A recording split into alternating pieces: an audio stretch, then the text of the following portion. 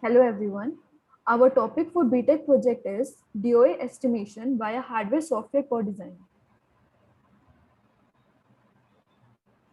Future generation wireless networks require efficient spectrum utilization. For this massive MIMO and beamforming technology are being deployed at base stations with multiple antenna, which allows spatially separated users to communicate simultaneously over the same frequency. This requires spatial sensing, that is identification of unused frequency bands, and estimation of direction of arrival, that is DOA, of occupied bands. So, in order to perform dynamic spectrum sharing over the spatial region, wideband angular sensing is required, which is the main motivation behind this project. The main objectives are: first, to implement DOA estimation by music algorithm on Zinc SoC. Second, to develop an efficient implementation by exploiting hardware software co-designing technique. Third, to integrate dynamic partial reconfiguration to allow on-the-fly switching between different number of active transmissions based on user input. Initially, we started by implementing both the algorithms for uniform linear array and sparse array in high-level synthesis. And then we analyzed the impact of various optimization directives on the resources utilization, speed, and throughput of the design. Then we computed the DOA estimation error for varying number of samples and SNR, that is signal to noise ratio, word length analysis, and the impact of varying word lengths on accuracy, resources, and throughput of the design was done. Then the design was integrated with the processing system so as to test its functionality on the hardware. Lastly, we integrated partial reconfiguration, which allows to switch between varying number of DOA during runtime, and the comparison of power and resources results for DPR and non-DPR based approach was done. Then hardware software co-designing technique was used and various possible configurations were analyzed for their execution time and power results. The block diagrams for music algorithm are shown below. For ULA, the input received at the antenna in form of signals is passed through sub-Nyquist sampling, and the digitized output Y is passed to the music algorithm block. The first step is autocorrelation. The output RYY, that is the autocorrelation matrix, is then passed to the eigenvalue decomposition block, which outputs the eigenvectors corresponding to the noise subspace, which are passed to the music spectral generation block. This block receives an additional input SE, which is the sensing matrix. Using these inputs, this block computes the final output DOS for the given data.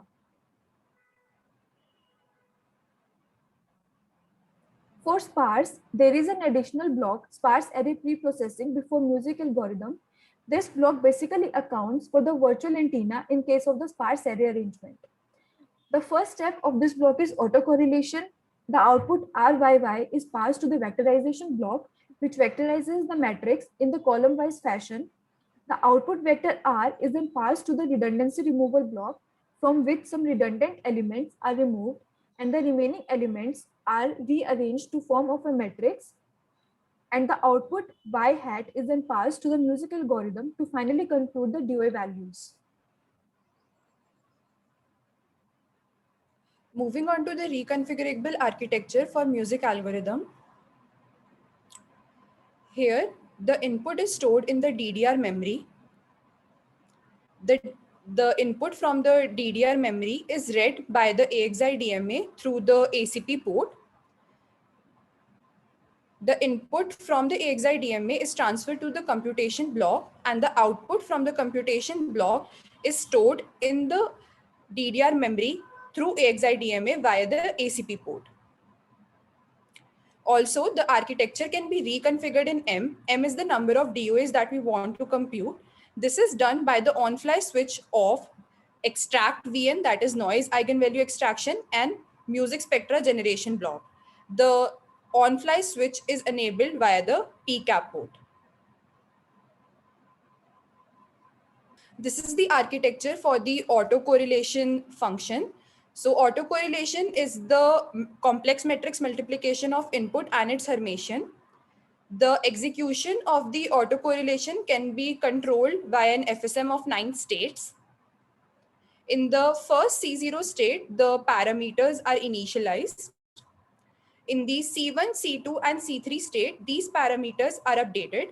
So these parameters basically control the read and write operations from the memory. Second, in the C4 state, we read two complex numbers followed by their matrix multiplication in the C5 state.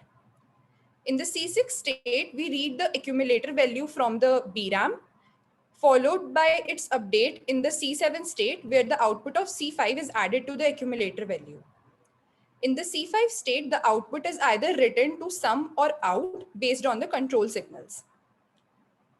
So basically from C8, we can switch either to C1, C2, or C3 state.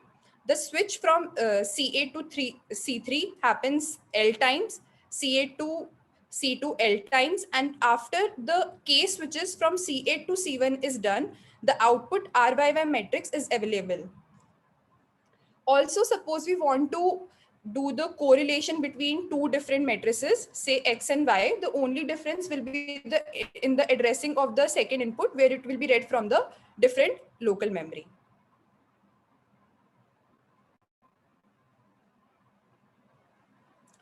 For this sparse array preprocessing block, the first step is ACF, which is done in the similar manner.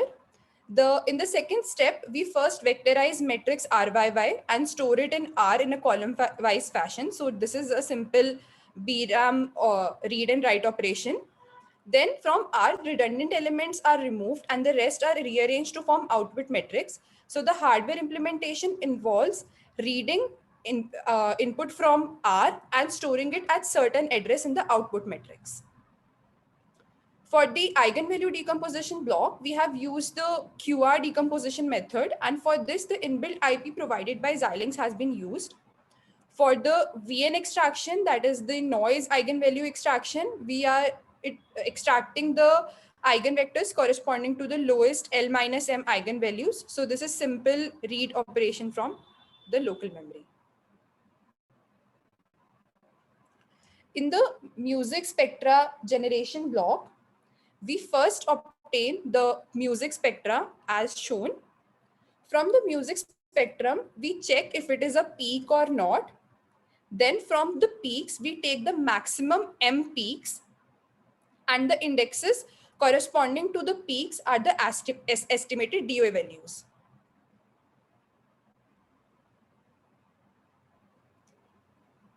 Moving on to the DOA estimation error results. Here, the normalized DOA estimation error is plotted for varying SNR. So the error in degrees can be obtained by multiplying normalized DOA estimation error by 180 degrees. So here we can see that the DOA estimation decreases for increasing SNR. Next, we have the variation of DOA estimation error with the number of samples. Here, the number of antennas is kept as 4 and SNR is taken as 20 dB. With increasing number of samples, the error continues to decrease. Also, the error for the sub-Nyquist samples is more than Nyquist samples because the number of samples for SNS is 5 times lower than NS. Word length analysis. Up until now, we were working with the float data type for all the blocks, but it is not necessary that all the blocks required a complete 32-bit word length for the computation purposes, and hence we switched to AP fixed data type, in which W is the total word length, I is the number of integral bits, and the remaining bits F, which is W minus I, are the fractional bits required to represent the fractional part of the number.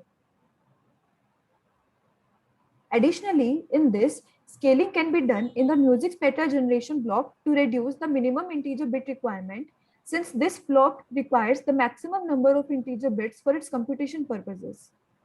By keeping F, that is fractional bits, as constant and varying the integer bits, we can get the minimum integral part requirement. And by keeping I, that is integral bits, as constant and varying fractional bits, we can get the fractional part requirement for a particular error range.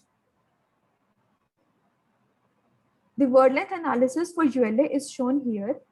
In this, initially, the fractional bits were kept as constant to 30 and integer bits were varied from 3 to 20.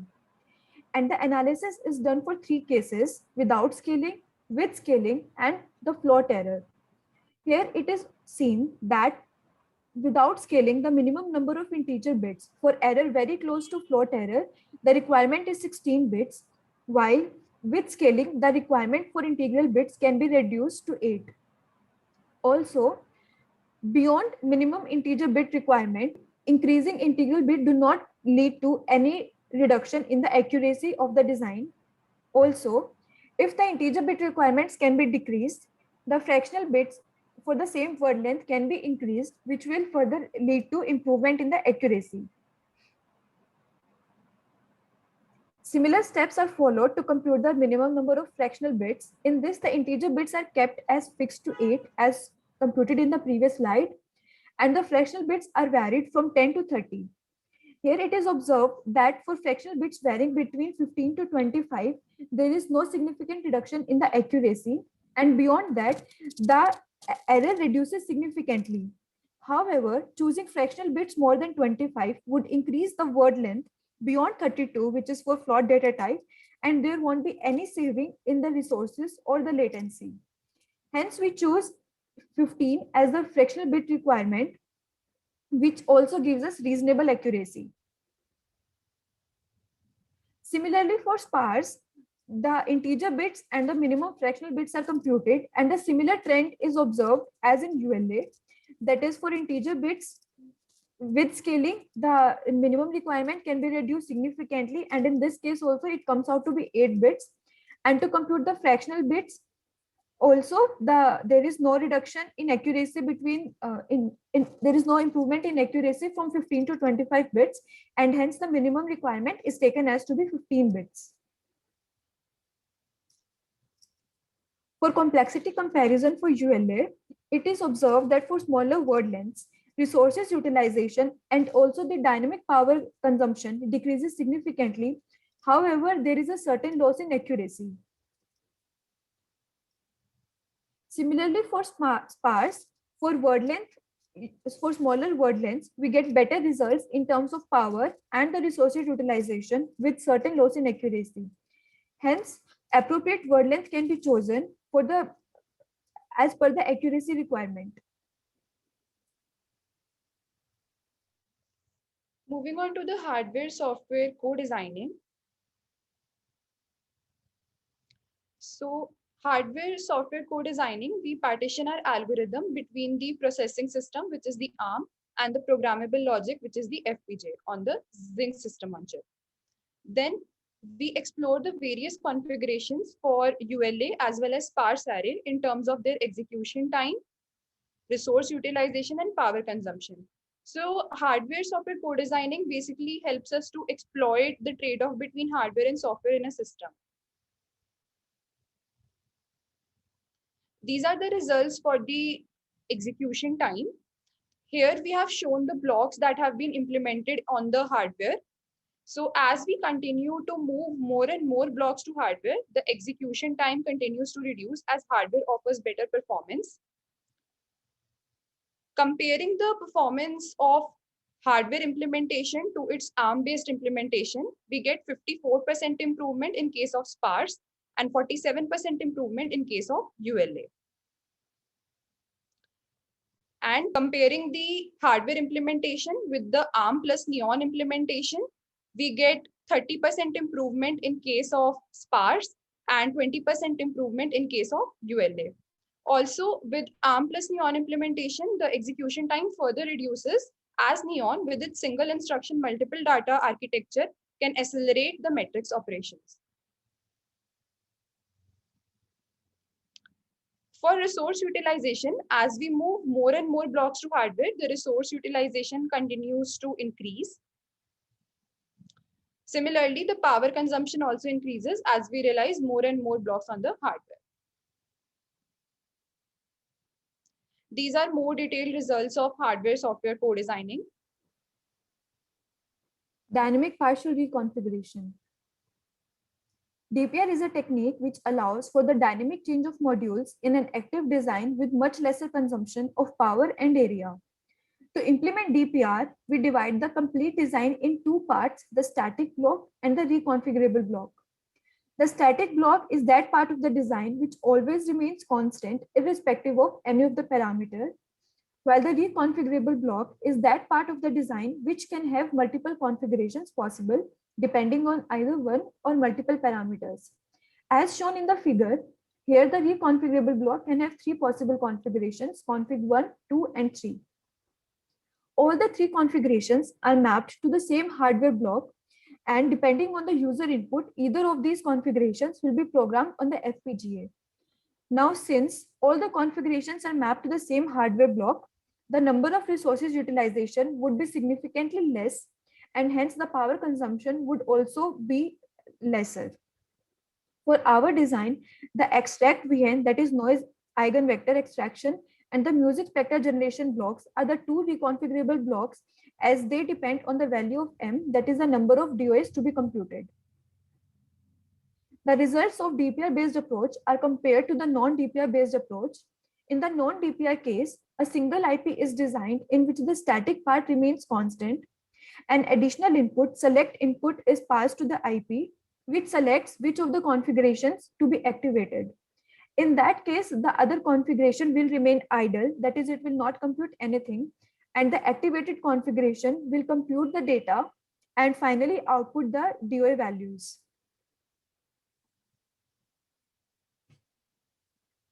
The DPR versus non-DPR for the ULA is shown below. Here it can be observed that in DPR case, the power consumption is reduced by 9% and the resources utilization of DSP, LUT, and flip-flop are reduced by approximately 30%, which is a significant reduction. In the case of sparse, for DOAs varying as 2, 4, and 5, the reduction is observed only in the case of LUT and flip-flop. This is because for sparse, common operations between the two configurations are being exploited to reduce hardware resources and power consumption in the case of non-DPR, due to which not much reduction is observed in DPR in the case of sparse, as was observed in the case of ULA. However, when the number of active transmissions to be considered are increased from M varying from 1 through 5, a small reduction in the power consumption is also observed. These are the more detailed results for DPR versus non-DPR implementation. To summarize, overall DPR offers lower resources and power consumption than the non-DPR. Savings increased with number of active transmissions increased. Especially, non-DPR works at a much lower frequency of 62.5 MHz as compared to 100 MHz for the DPR. This is the demo for DPR working.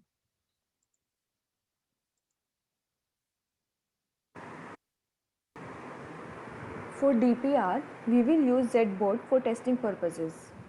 We will be programming the FPGA using an SD card, and for that we will need to copy a few files to the card. The first one, boot.bin file, includes all the information about how my FPGA will be programmed initially when it is powered on. And the other two .bin file includes all the information about the hardware resources and the routing information for both the configurations which we will be implementing. So these files will be copied to the card, which will be then inserted in the board. The board is then powered on, and we will be communicating with the board using the UART, and to display all that communication we will use Teraterm. We'll set appropriate parameters to display all the results, and by pressing a button on the board, it will display a menu. For sparse, we have to choose either 2 or 4 DOAs to be computed.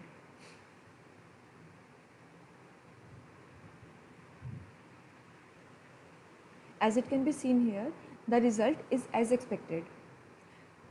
Now for ULA, we have to repeat the same steps.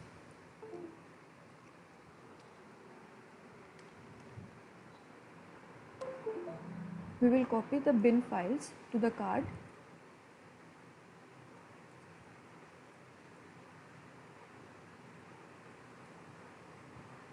And insert it into the board.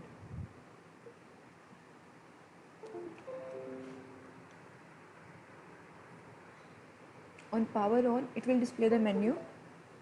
For ULA, the choice is between either 1 or 2 DOAs. For future scope of this project, we can extend the current design for spatial sensing for unknown carrier frequency. We can explore a computationally efficient alternative to the music algorithm, and we can integrate with the RF front end for demonstration in the real radio environment. Thank you.